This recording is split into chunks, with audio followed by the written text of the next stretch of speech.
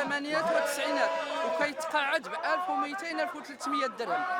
عيب على الدولة أنه بمواردها اللي هي كثيرة ما تنصف واحد هذه الفئة ديال 2007 هي فئة قليلة ماشي فئة اللي كثيرة، واللي هي من لا يستحق جبر الضرر المادي والإداري واحتساب سنوات الاشتغال ديال الرجال ونساء التعليم ديال فوج 2007 الأقدمية العامة ديالهم وإعادة الترتيب. حنا نطالب إنصافنا، ولهذا هذه المحطة النضالية تتزامن وتطالب بإتمام المسلسل النضالي حتى يتم جبر الضرر وإعادة الترتيب ديال هذه الفئة ديال الرجال ونساء التعليم. وتحية نضالية. قتلونا عدمونا، ولاد الشعب يخلفونا.